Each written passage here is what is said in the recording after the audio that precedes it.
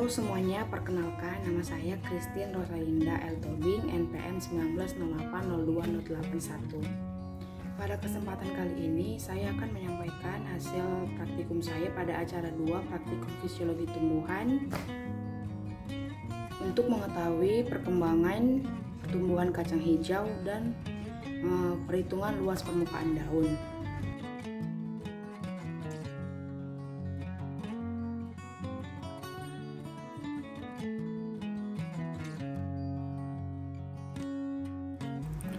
Daun digambar pada milimeter blok menggunakan pensil daun ke-1 hingga daun ke-5.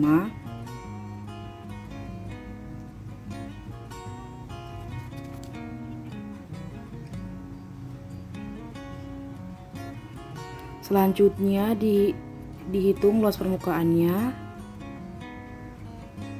lalu dijumlahkan total seluruh luas permukaan daun 1 hingga daun ke-5.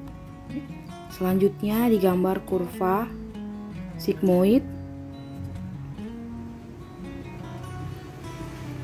dan sebelum perlakuan tauge disemaikan dan saat akan diberi perlakuan diberikan air pada sekeliling wadahnya.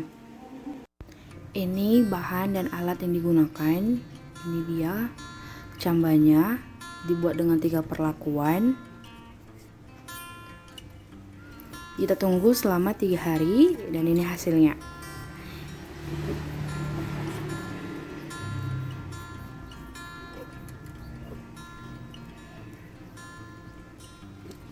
Tanpa perlakuan, ruang gelap dan dengan kardus yang dilubangi. Ini adalah hasil luas permukaan daunnya. Perhitungan luas permukaan daun menggunakan kurva sigmoid. Berdasarkan kurva yang terbentuk fase logaritmik. Hasil yang diperoleh luas permukaan daun 1 hingga luas permukaan daun ketiga mengalami pertumbuhan yang lambat. Namun pada daun ketiga hingga daun kelima mengalami pertumbuhan yang meningkat. Hasil yang diperoleh sesuai dengan teori Nugraini DKK 2018 yang menyatakan pada fase logaritmik laju pertumbuhan lambat pada awalnya, tapi kemudian meningkat. Hijau dilakukan pengamatan dengan 3 perlakuan. Yang pertama, kecambah yang terkena sinar matahari. Yang kedua, perlakuan kedua, kecambah yang ditaruh di dalam kardus yang dilubangi. Yang ketiga, kecambah yang ditaruh ke dalam kardus yang tidak mendapatkan cahaya matahari. Berdasarkan hasil pengamatan, kecambah perlakuan terkena cahaya matahari memiliki batang tebal, pendek, dan batang berwarna putih. Daun berwarna hijau cerah dan terbuka.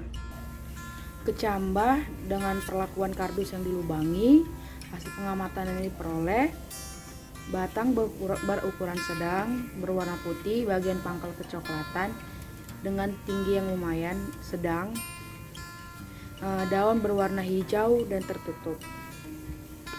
Kecambah dalam perlakuan dalam kardus, hasil pengamatan, batangnya tipis atau kurus, berwarna putih, ukurannya tinggi jika dibandingkan dengan perlakuan 2 yang lain, daun berukuran kecil dan kuncup. Nah, sekarang aku mau bahas berdasarkan hasil pertumbuhan kacang hijau yang diperoleh. Pada kecambah 1 mendapat intensitas cahaya matahari yang banyak sehingga batang tumbuh tidak terlalu tinggi akibat hormon auksin yang terhambat akan cahaya matahari. Hasil yang diperoleh sesuai dengan teori Haryanti dan Budi Astuti 2015 yang menyatakan pada kecambah yang tumbuh di tempat terang, daun lebih berwarna hijau tetapi batang menjadi lebih pendek karena aktivitas hormon pertumbuhan auksin terhambat oleh adanya cahaya. Kecambah 2 dengan perlakuan dalam kardus yang dilubangi memperoleh sedikit cahaya matahari. Cahaya matahari yang diperoleh membantu dalam proses fotosintesis sehingga daun berwarna hijau. Karena sedikit memperoleh cahaya matahari, daun tetap tertutup. Batangnya memanjang disebabkan oleh rusaknya hormon auksin. Hasil yang diperoleh sesuai dengan teori Haryanti dan Budi Astuti 2015 yang menyatakan cahaya menyebabkan hormon auksin rusak terdispersi ke sisi gelap, lalu tumbuh memanjang pada tanaman. Daun tetap berwarna hijau karena memperoleh sedikit cahaya matahari untuk proses fotosintesis. Kecambah perlakuan ketiga, tidak memperoleh cahaya matahari sama sekali. Pertumbuhan kecambah sangat tinggi, kurus, dan daun tidak berkembang dengan sempurna. Kecambah perlakuan ketiga mengalami etiolasi yang disebabkan oleh hormon auksin.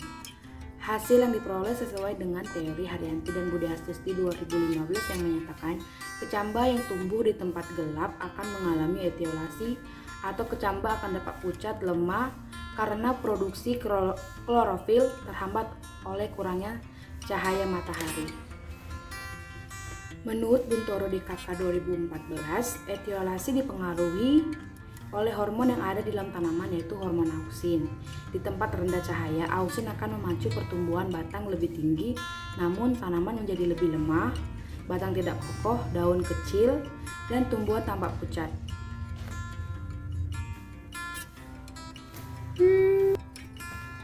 Kesimpulan, berdasarkan praktikum yang telah dilakukan, hasil yang diperoleh dapat disimpulkan sebagai berikut. 1. Pengaruh auksin terhadap kacang hijau yaitu memicu etiolasi di mana pertumbuhan batang lebih tinggi namun tanaman menjadi lemah, batang tidak kokoh, daun kecil, dan tumbuhan tampak pucat. Yang kedua, daun bertumbuh secara logaritmik yaitu pertumbuhan daun ke-1 hingga ke-3 lambat dan mengalami peningkatan pada tahun ke-3 hingga ke-5.